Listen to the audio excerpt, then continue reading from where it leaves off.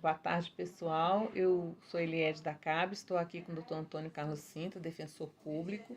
Ele teve uma reunião junto com o deputado Roosevelt Vilela na quarta-feira com o presidente do BRB e ele vai aqui nos passar as informações que a gente precisa para analisar, à luz da lei, a proposta que será feita para nós a partir de segunda-feira.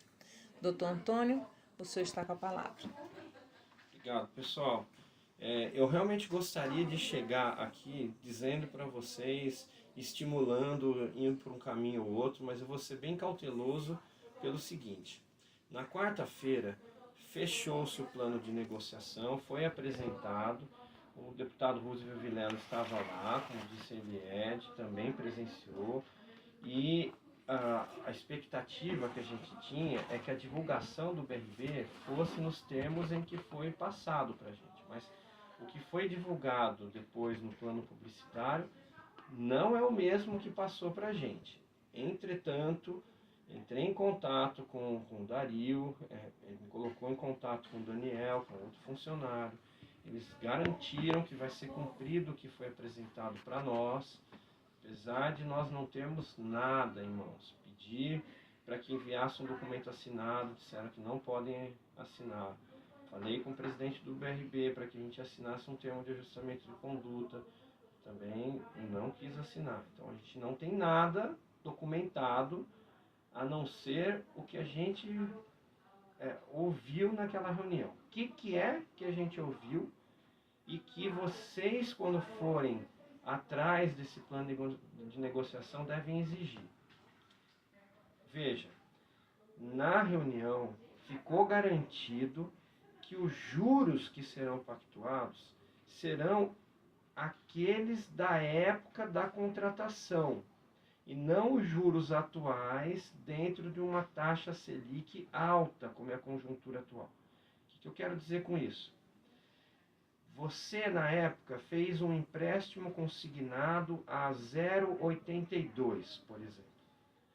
Qual os juros que vai ser aplicado para esse saldo devedor que você tem desse contrato? 0,82. Essa foi a garantia que o BRB deu. E hoje, os juros que são hoje, bem maiores. Mas se o seu juro era menor, então vai ser o juro do seu contrato. Se os seus juros era maior do que o que está oferecendo hoje, vai ser os juros que estão sendo oferecidos hoje. Vai ser contrato a contrato? Vai ser contrato a contrato, vai ser a média ponderada de acordo com o saldo devedor de cada um, aplicando seus juros de cada contrato. Vai ser a tabela price?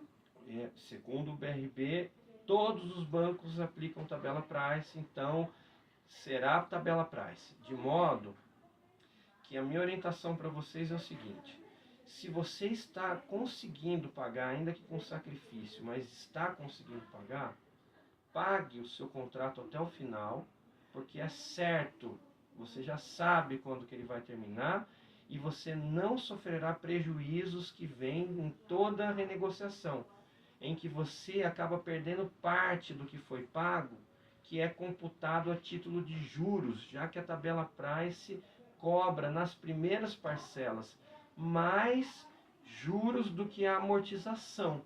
Então, se você tem condição de terminar de pagar o que você está pagando, não faça acordo nenhum, pague.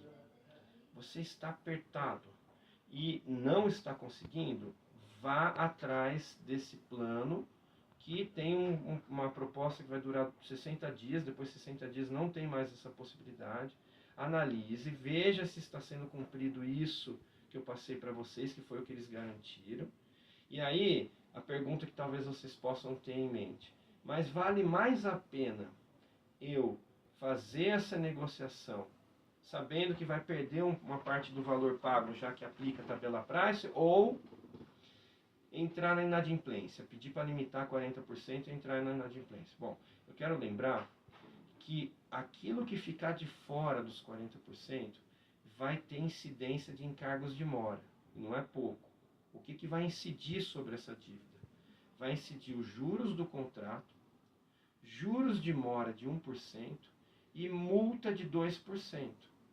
E esse valor é Normalmente, a depender de quanto falta para pagar, né? Porque isso é caso a caso, mas normalmente, na grande maioria das vezes, vai ser maior do que aquilo que você acaba perdendo na renegociação. Por isso que você precisa analisar esse plano de renegociação ao invés de entrar na inadimplência.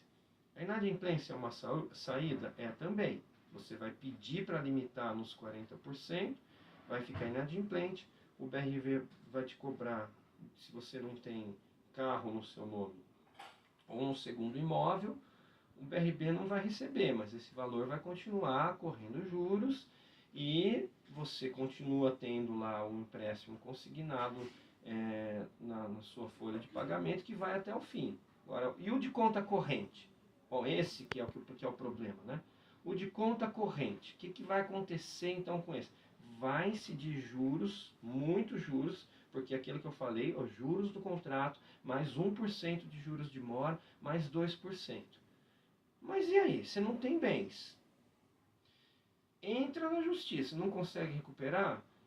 Uma hora vai prescrever? Vai. Se ele não conseguir, então a inadimplência continua sendo uma saída? Sim. É uma situação que você pode analisar. Então, é necessário que se olhe caso a caso. É uma possibilidade de se averiguar dentro disso. Mas nesses casos, faça o pedido para que o banco limite e não mais desconte na conta corrente. Vá lá e pegue por escrito. Vai no gerente, entrega por escrito, pega dele a assinatura, o carimbo, dizendo que naquela data você apresentou o pedido para que interrompesse a suspensão dos descontos em conta corrente, que o BRB tenha acatado sempre que o contrato tenha sido feito posterior à resolução de 2020 do Banco Central. Então, em relação à lei, o BRB não vai acatar ela automático, precisa entregar o requerimento. Segundo a informação que nos deram, sim, e também disseram que até o momento só 800 e poucas pessoas tinham feito esse requerimento. Cuidado, não adianta você fazer o requerimento se você não tem prova. Faça a prova de que você fez o requerimento. Porque se o BRB descumprir depois que você fez o requerimento, você pode levar reclamação no PROCON e exigir que cobre a multa de 30 mil prevista na lei, e você pode entrar com processo judicial. No processo judicial, você também pode exigir o cumprimento da lei e o pagamento da multa. Lembrando que essa multa não vai para o seu bolso, vai para o Fundo de Defesa do Consumidor. Você não ganha a multa. Agora, e se você fez o pedido e o BRB ainda assim descontou? Nessas ações, cabe alguma reparação? Cabe. Em tese, teve uma desobediência da lei. Se você conseguir provar que você teve prejuízo, cabe. E esses estornos, por exemplo, desde o dia 27 de abril, a lei está valendo para o DF. E foram feitos os débitos nas contas, né? No dia 27 e no dia. E agora em maio, em junho. Então, a gente pode fazer um requerimento solicitando o estorno desses valores dentro da lei? O BRB disse que não vai para essa negociação, não vai estornar.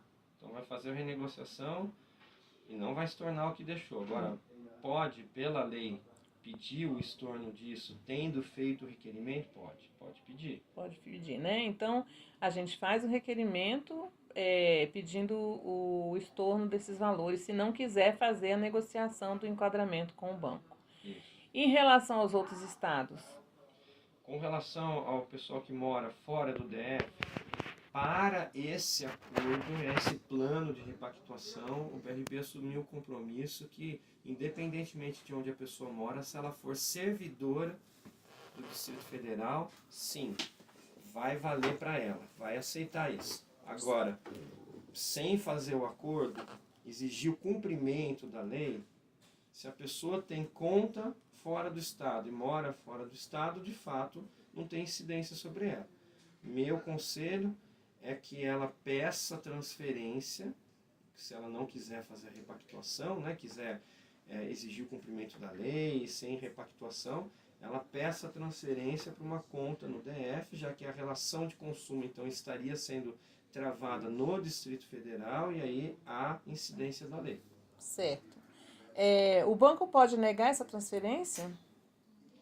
Não, Alegando que é inovação, tem débito de inovação e tal? Pode negar? não, se a pessoa quer abrir conta aqui no DF, ela não pode negar a transferência. Eu sugiro fazer reclamação não só no PROCON, como também no Banco Central, de que está se recusando fazer transferência da conta para o Distrito Federal. Então, creio que as principais dúvidas o senhor conseguiu tirar. É analisar a proposta, se não houver interesse em fazer o enquadramento, né, se não for interessante, requerer o cancelamento, já sabendo que vai haver retaliação, né, que o banco vai, não é nem retaliação que chama, né, ele vai judicializar o débito e a gente tem que analisar direitinho o que é melhor individualmente. Quem quiser só receber os 40%, só debitar os 40%, limitar, né? Aí entrega o requerimento. Ficou uma dúvida para eu acho que para muita gente, que é sobre quem tem outras instituições debitando no consignado. Como é? Bom, o BRB vai considerar 40% dentro dele, só dentro da esfera dele, não vai colocar dentro disso outros bancos.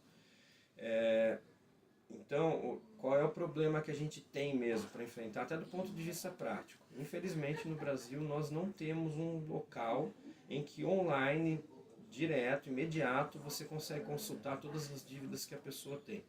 Todas as outras formas que os bancos têm um delay de mais de um mês. Isso deveria ser feito pelo Banco Central, já mandei diversos ofícios, já tenho exigido do Ministério da Justiça, mas nós não temos para o INSS. Então o meu INSS faz esse tipo de registro. Enquanto não tem, é inviável na prática você exigir de um banco que tenha em mente os empréstimos que foram feitos em outros também. Então, isso serve para a gente entender, mais uma vez eu vou reforçar um ponto que eu disse, que é o cuidado com a inadimplência.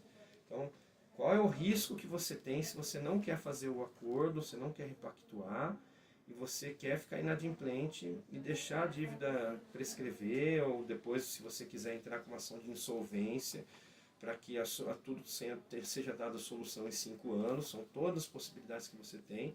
Lembrando, do ponto de vista dos juros, vai incidir os juros do contrato, vai incidir juros de mora de 1%, multa de 2%.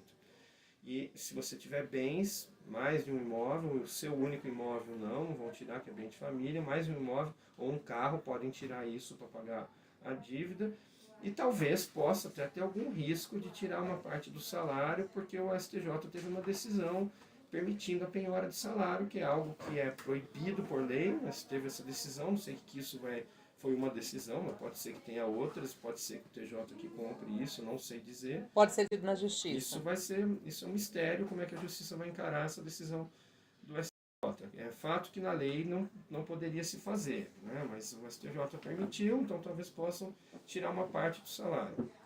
É tudo uma incógnita, portanto, o que vai acontecer se apostar na inadimplência, mas é uma saída também. Importante é que você não faça esse acordo se não estiver sendo cumprida essa história de praticar os juros da época em que você fez o contrato, que foi o compromisso que o BRB assumiu com a gente. E o deputado Roosevelt Vilela também tem estado muito firme nisso, cobrando para que eles entreguem alguma coisa por escrito, que eles garantam isso. Mas, de todo modo, eu fico bastante seguro que uma autoridade esteve lá também comigo. Nós dois escutamos isso do presidente do BRB, isso foi explanado para a gente, é isso que a gente espera que seja cumprido. Doutor Antônio, como será calculado os 40%? Para esse plano de repactuação, o BRB falou que vai calcular em cima do bruto. Agora, saibam que, do ponto de vista da justiça, se o interesse for levar essa limitação para a justiça, o entendimento jurisprudencial é de que é o bruto menos os descontos legais, quais sejam imposto de renda e contribuição previdenciária. A pensão alimentícia não entra nisso. Então, é só isso, é o bruto menos imposto de renda e contribuição previdenciária. É esse, daí, o que sobrar disso, dali calcula 40%.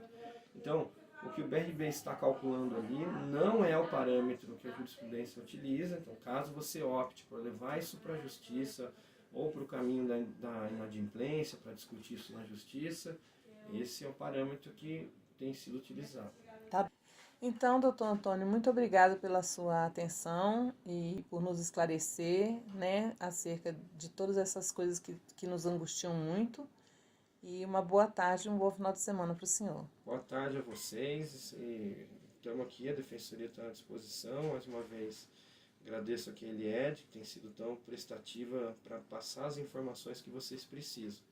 Então, é uma pessoa que vocês podem confiar, porque é alguém que tem encabeçado esse movimento para dar solução. Eu fico feliz que as informações sejam claras e sejam repassadas a vocês de uma forma muito transparente. Obrigado.